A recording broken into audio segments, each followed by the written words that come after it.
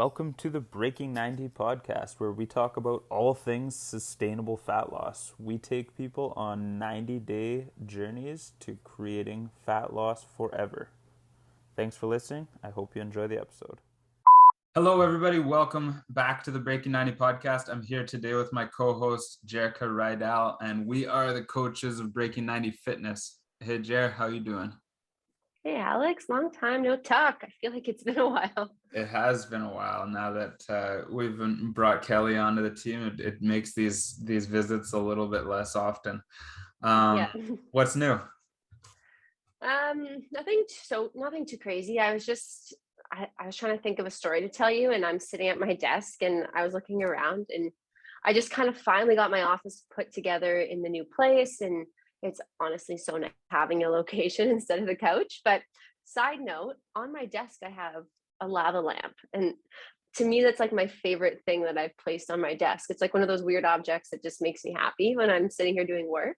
And I got to know what's typically on your desk that kind of keeps your productivity or just makes you happy.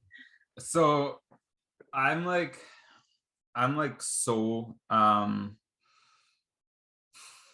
I want to say disorganized, organized. Like I know exactly where everything is in chaos. And yeah. I do the same thing in my computer. Like I've got like a million tabs open all the time and different folders. I've witnessed that. Yeah. I've definitely and I know exactly where everything is. And if it's not there, it like stresses me out, but it would really benefit me to be more organized. And so my office will often have a bunch of random like papers and notes that I've scribbled on and things like that. But right now we're going through the process of moving too, and I'm not going to have an office at first. I'm hoping to eventually build one. So it will be basically my laptop. I've got Emerson's fish on the desk right now. His name's Salty, so he's like my companion. See, that's perfect. That's what I was hoping for. So at the new place, is your plan to, because you won't have a place for all your papers and stuff, are you hoping to find a new organizational tool, or are you just going to go with the flow? So here's my plan. I am planning on, it's a 2-car garage. I'm planning on completely sectioning off one half of the garage as a gym and office. Oh, that's awesome. And so really it will be like insulated, heated, and cooled, with the option of opening the garage door on a nice day. And the only desk I think that I want in there is one that folds down from the wall. So I won't actually be able to leave anything on it. Because you'll fold it down when you're doing your workout or need space. Yeah. Oh, that's cool. Will you do a standing desk? I think what I'll do is put 2 small desks, one at standing height, one at sitting height, that just both fold down, and they're just kind of big enough for a laptop and a cup of coffee. I love it. That's really cool. Please post pictures. It's going to take a while to get there. For the time being, I will just be working at the kitchen counter probably. That works. Yep. That's funny. What do you got for the topic today? Okay, today's kind of a, I guess, controversial topic, and it's another one that I've seen floating around the internet that I love to pick your brain on and see what you think. It's one that it's been all over Instagram, TikTok. It's people doing pictures or videos of saying stupid exercises you shouldn't be doing, and then they'll like pick an exercise and say why they think it's stupid and why you shouldn't be doing it. Cool. I definitely have an opinion on this, and I mean, there's 2 sides to every story, but I just kind of want to see your take, and then I'll kind of guide this as we go. Okay, cool. So the most common, I'm just going to like rhyme off a few to give people examples, just because it's ones that I've seen frequently lately. Is burpees, of course, is the first one that comes to mind. I've seen one done on jumping jacks. I've seen one done on a Smith machine, and even deadlifts. So like all different types of exercises, body weights, barbell work. I've seen them done frequently, and then someone will just go off on why they think they're stupid and list the reasons why.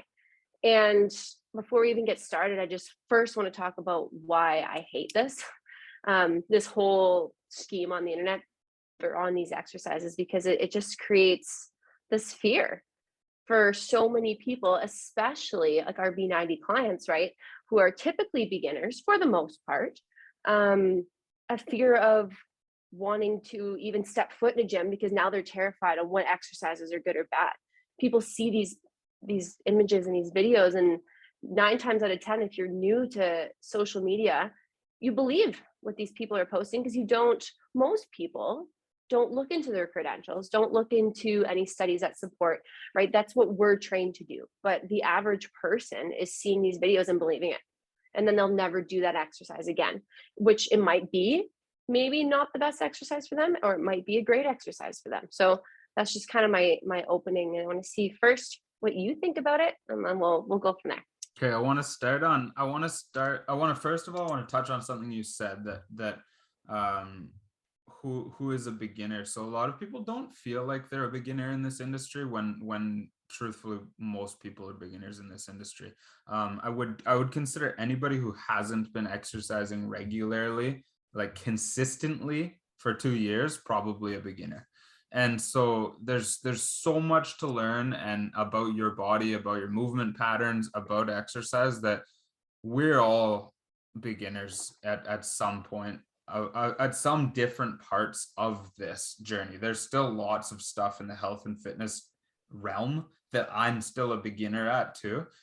So that's really important to always keep that kind of beginner's mindset as you learn new things, and as you look at different research and opinions and points of views like what you're talking about.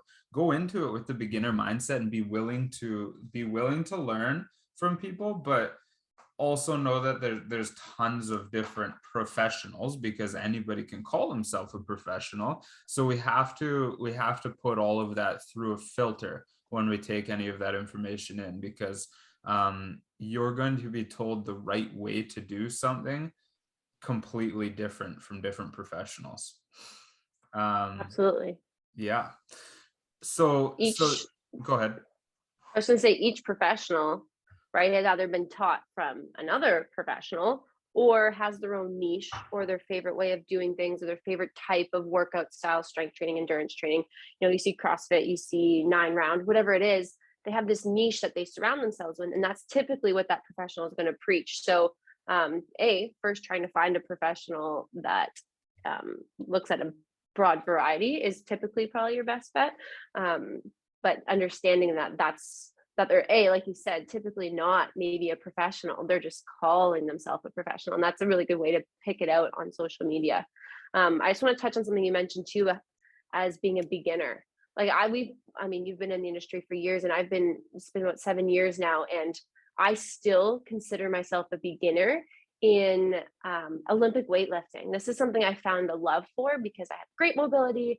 I love playing with the barbell. So I've found a love for Olympic weightlifting within the last, I'd say, about just under a year to 2 years maybe. And I am such a beginner in this realm, even though I have great body awareness, pretty good strength, good mobility. I understand the aspects, but I'm still a beginner. And I think acknowledging that can save you from maybe that risk of injury, or maybe just a little bit more humbling and understanding and being open to learning new things. Yeah. Ego is not your amigo. Yeah, exactly. So I just wanted to touch on that beginner statement because I truly understand that, and I feel that as well. For sure. I love going to a gym with somebody who has more experience lifting weights than me, because you can always learn something no matter how much experience you have.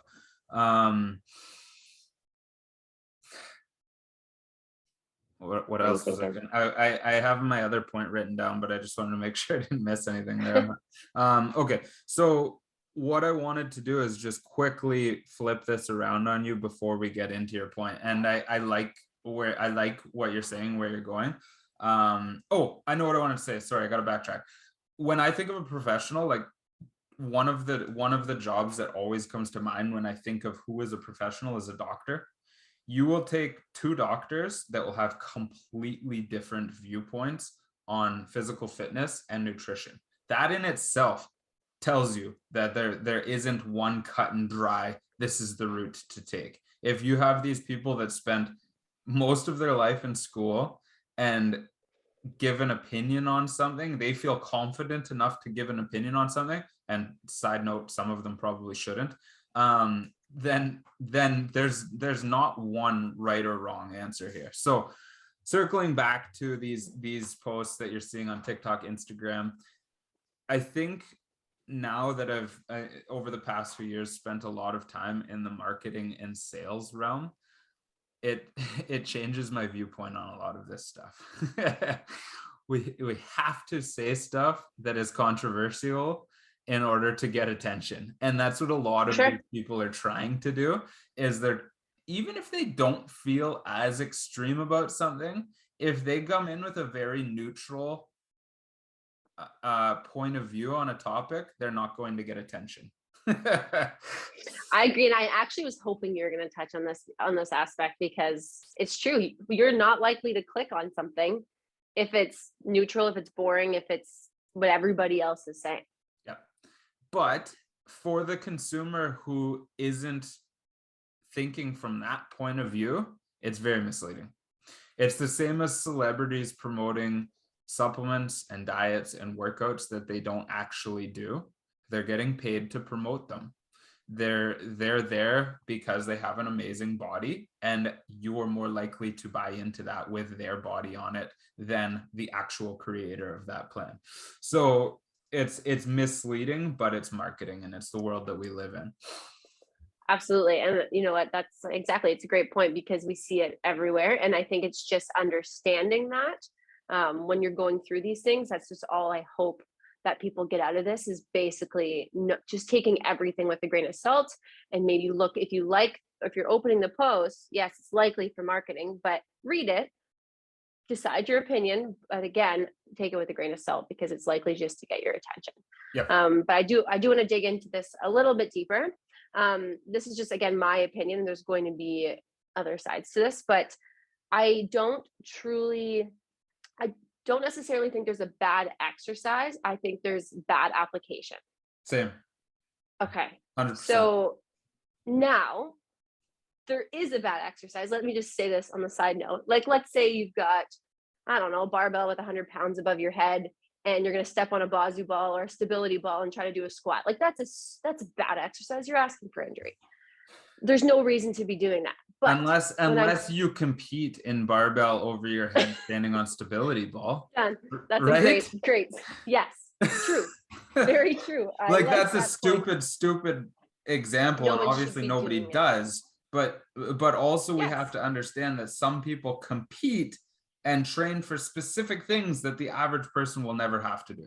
Yes, exactly. And that's part of the application kind of point of this. It's like, I said that as a bad exercise just because I wanted to think of the most absurd thing. Yeah, but you're right. People do absurd things for competition. So therefore they have to train these absurd things.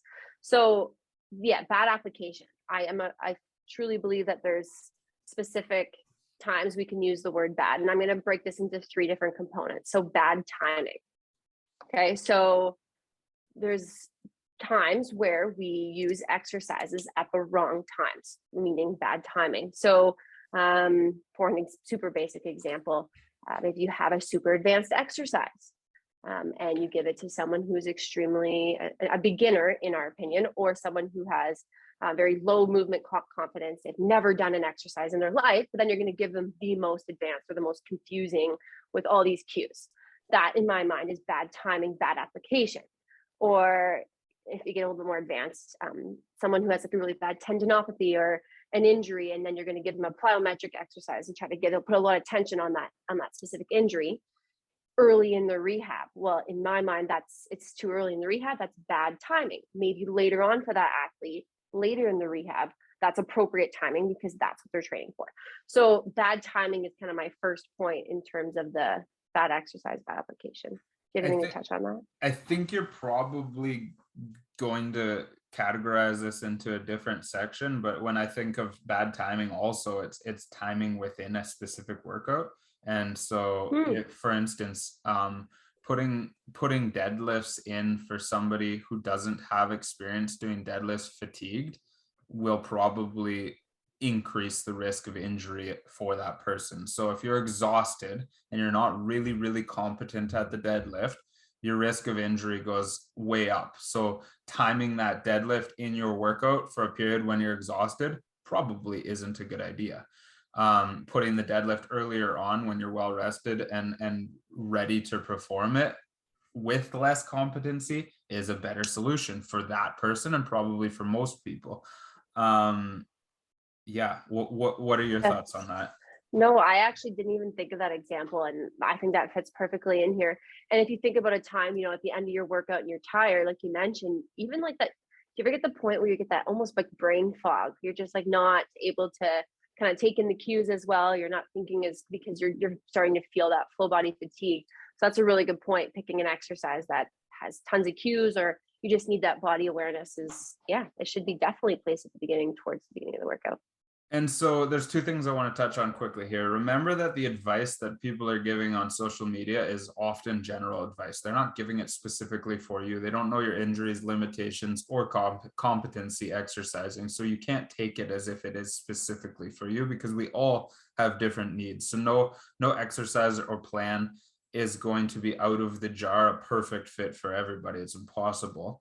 Now, so I want to circle back to deadlifts. Deadlifts get a really bad rap because they've caused a lot of injuries and they have the potential to cause a lot of injuries. But if you look, I would be willing to wager a bet that most often the injuries that come from deadlifts aren't on a maximal weight set, or if they are being performed by somebody who wasn't competent enough to be lifting that kind of weight. So Right. when we see somebody with high deadlift competency get injured, it's almost always on a lighter weight where they weren't as mentally focused. When we see a beginner get injured, it's almost always on a heavy weight that they should not have been lifting yet. Absolutely. That's a really great point, and I definitely agree. But that Yeah, doesn't mean the deadlift is the problem. exactly. It's usually it's either the brain connection, like you mentioned, or it's just understanding the proper movement pattern and learning it and taking the time to learn it prior to lifting heavier or whatever situation you're in. Definitely. That's a really good point. I want to talk about bad choice. This one's pretty simple in terms of, let's say I'm your coach and you're just starting out, you're brand new, you have really low motivation, low discipline, exercise is good for you, but you're having a really hard time getting into it. Then as your coach, I'm not going to start you on a program with every single exercise that you absolutely despise, right? Because that's going to give me low compliance if you're going to just not do it, lack of effort, which will likely lead to injury, For right? sure. So that's I guess that's more on a coach's standpoint, but yeah, bad choice. There can be bad choice of exercise, but I don't think the exercises themselves are bad. I just think there's an appropriate time to maybe throw in specific exercises. But not everybody's working with a coach or a program either. A lot of Right. people in the gym are designing their own programs too. So this is Definitely. important for everybody to hear. Um, I think I think that also always has to circle back to our goals. If your goal is general health, then there's probably no exercise that you have to do Right. other than It's squats. true. Everybody should squat. Yeah. There's my Right. We opinion. squat all day, every day.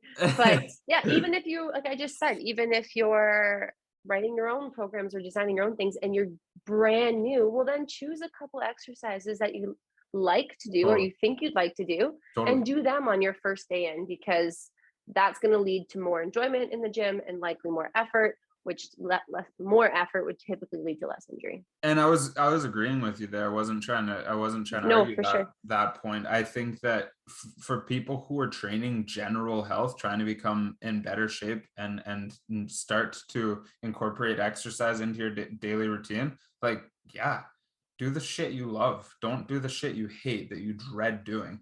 It's like you're not going to convince yourself to do it. But as you get better, more competent, and start enjoying it and performing better, it will be easier to introduce some of that challenging stuff because we like to do the things that we're good at. Right. And the challenging stuff and the stuff we hate sometimes are definitely beneficial and definitely have a place. But like you said, maybe once you're getting into the rhythm of things, then start throwing in a couple of those so that you're typically enjoying the process a lot more. Yep. And then obviously if you're training for something specific, then you kind of have to shut your mouth and do the exercise. Exactly. And that's, yeah, side note, definitely. Sometimes you don't get an option, but this is if we're always kind of talking typically the beginner, the getting into things. But yeah, if you're an athlete or you're training for a specific competition, you don't get a choice. Yeah. Um, I want yeah, go for to, it. so I want to circle back though to what you were saying initially is I do also dislike the idea that there's an exercise that needs to be bad. I think I think any movement pattern has the potential for the right person in the right place. Right. I like that. Now I have one more bad situation, which would be a bad stimulus. Kind of circles back to some of the things we were talking about. Whereas, let's say we're working with an athlete, or let's say an athlete's training themselves, picking maybe a body weight squat as their challenging thing might not be challenging enough for them. Like picking the appropriate stimulus for where you're at or what your goals are, that's also important, right? If I prescribe 5 reps of a body weight squat for you, Alex, times 5 sets, that's likely not going to challenge you. Therefore, it won't change you towards your goals because you're someone who's been, squatting heavy for years. So choosing the appropriate stimulus can yield results or not yield results. Totally. I just had this conversation before this call with somebody, talking about a man that used to go to the gym. The first gym I ever worked at, he used to go there, and like 2 or 3 times a week he'd come in and bench press 225 pounds for 5 sets of 5 every single time he worked out. It's a lot of weight for a bench press. It's great. He was an older gentleman, and that's impressive, but his body's never going to adapt. It was the exact same weight for the exact same repetitions under the exact same time span. He never caused his body to adapt. He never got stronger as a result. Right. He's just getting really good at bench pressing that weight. That's all he's doing. Yeah. Yeah, absolutely. And the same and vice versa, right? Too low of a stimulus or too high of a stimulus can definitely affect those results. But yeah, those are the 3 type of, I guess, bad situations, but not necessarily bad exercises, is kind of how I wanted to break that down. Cool. And so one thing you mentioned that I want to touch on is that stupid Smith machine. Tell me about it. So I think this machine's ridiculous for the amount of space that it takes up for what it is capable of doing, and why anybody would buy it, I can't wrap my head around. So if you don't know what a Smith machine is, it's a bar attached to a rack, slides up and down the rack. You've probably seen them at most commercial gyms. It has some applications. You can do some things with it, but it is a massive piece of equipment. If you get a squat rack with a bar that can detach from the squat rack, you can do way more, probably more efficiently, for less money.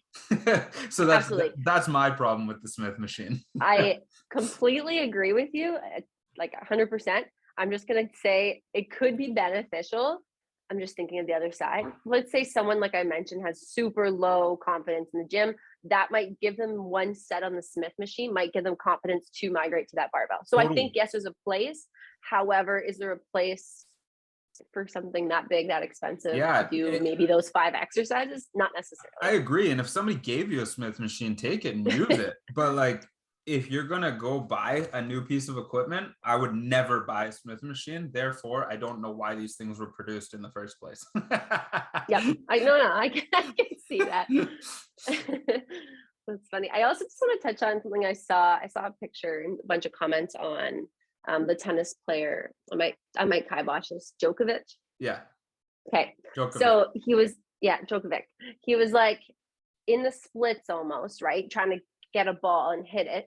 He was so wide and his knees were like caving in, and everyone's like, oh my God, like, why isn't he injured? Like, how are his knees never sore? And this kind of all circles back to these applications, right? Like, he is clearly training in these, what we would consider not good positions, not healthy positions for our joints, but because of what he's doing, he's applying the right type of exercises for these crazy positions. So he would train on these terrible angles for his knees so that his knees build strength in that situation. So like if we saw him training, we'd probably be like, ooh, those are really bad exercises if we were someone on Instagram making a post.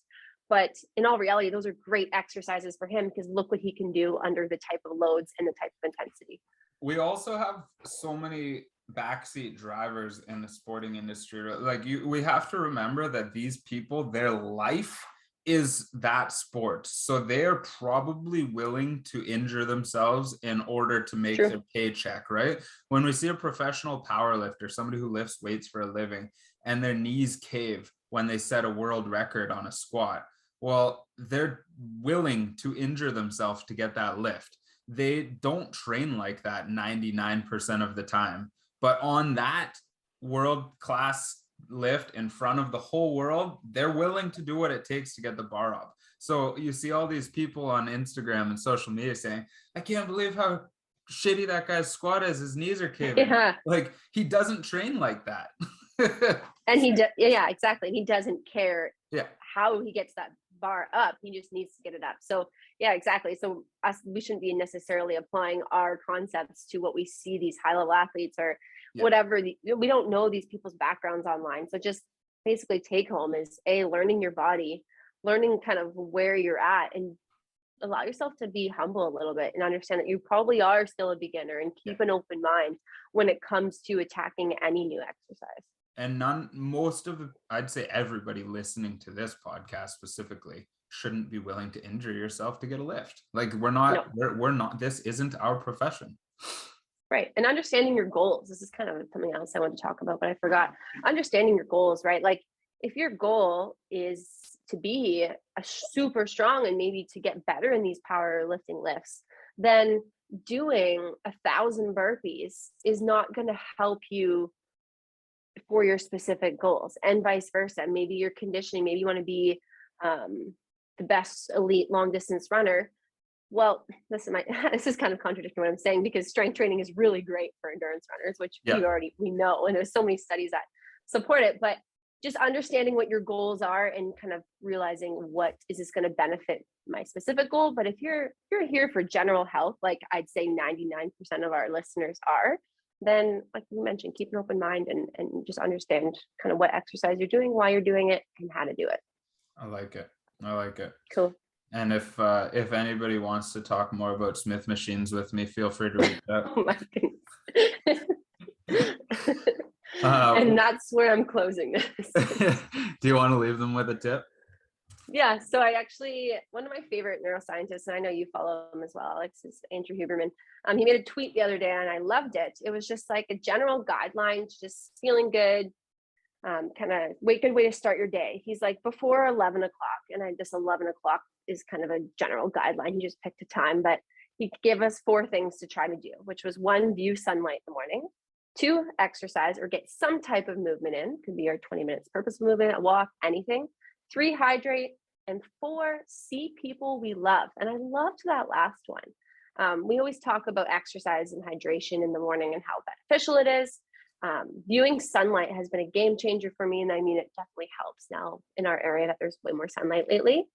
But see people we love, I challenge everyone to try to make sure in the morning you have a conversation with someone who's really important to you, and just see how that kind of starts your day and changes your day. I like that. I like all of those for sure. Awesome. Cool. Thanks for listening, guys. Hope you found it helpful. Feel free to reach out with any questions, comments, concerns, or if you're looking for somewhere to sell your Smith machine, I might be able to help you. In your new garage. Yeah. Please share this episode with anybody that you think might find it beneficial too.